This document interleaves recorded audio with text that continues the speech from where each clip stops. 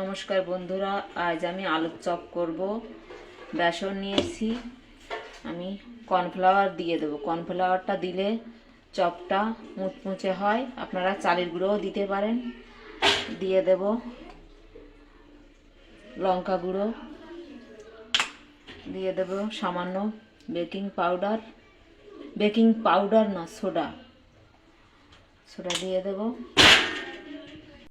দেব স্বাদ মতো লবণ, আর দিয়ে দেব আদা রসুন আমি পেস্ট করে নিয়েছি, এটা দিয়ে দেব। আমি অল্প অল্প জল দিয়ে একটা বেটার তৈরি করে নেব। মিশিয়ে দিয়ে দেবো হলুদ। আমি এটা ভালো করে একটা মিশিয়ে বেটার তৈরি করে নেব। দেখুন এরকম একটা ঘন বেটার তৈরি করে নিয়েছি।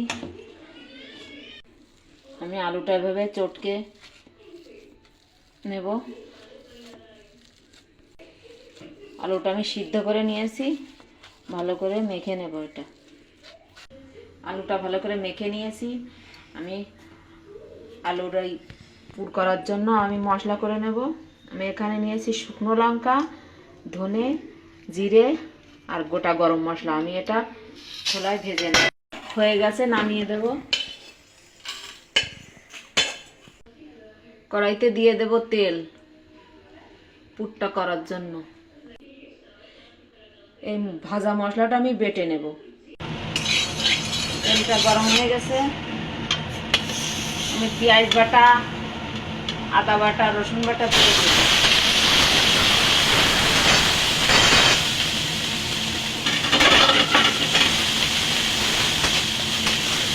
একটু লাল লাল করে ভেজে নেব।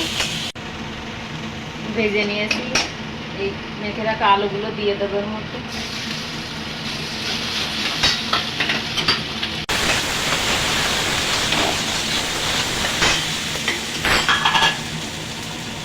দিয়ে দেবো লবণ স্বাদ মতো, দিয়ে দেবো হলুদ,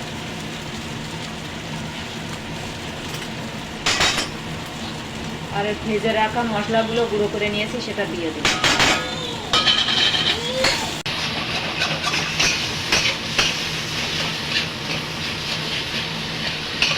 এভাবে ভালো করে রান্না করে নেব।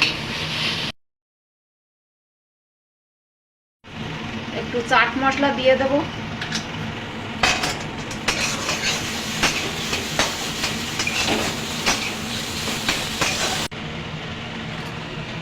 থালায় একটু বেসন ছড়িয়ে দেব। হয়ে গেছে, এটা নামিয়ে দেবো পুরটা।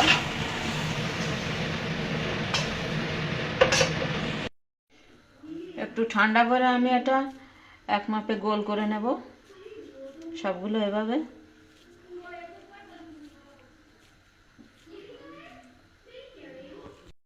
সবগুলো গোল করে নিয়েছি। এবার এভাবে করে নেব সবগুলো।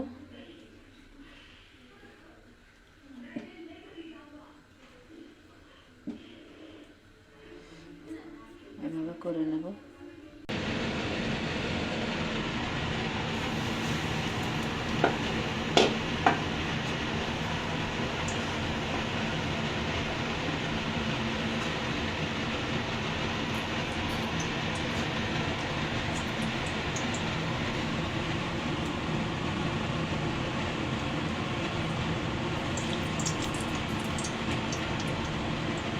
চপটা উল্টে দেব।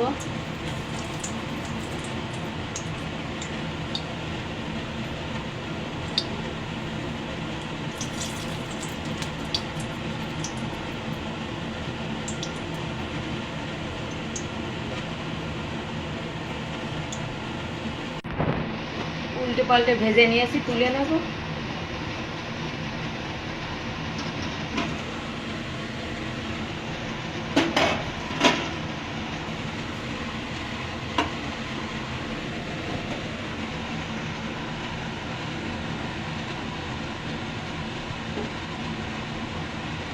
বাকিগুলো ভেজে নেব।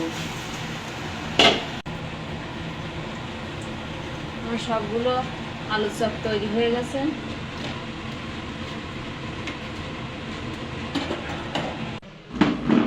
চপ তৈরি হয়ে গেছে। চপ তৈরি হয়ে গেছে। আমি উপর দিয়ে একটু লবণ ছড়িয়ে দেবো, বিট লবণ।